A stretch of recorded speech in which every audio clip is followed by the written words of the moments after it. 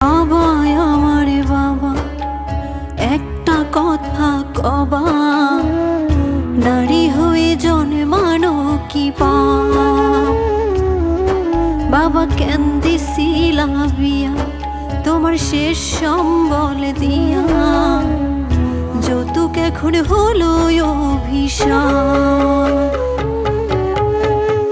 একদিন ঠিকই শুনবা বাবা তোমার মেয়ে নাই, যৌতুক নামের মরণে ব্যাধি হবে সেদিন দায়।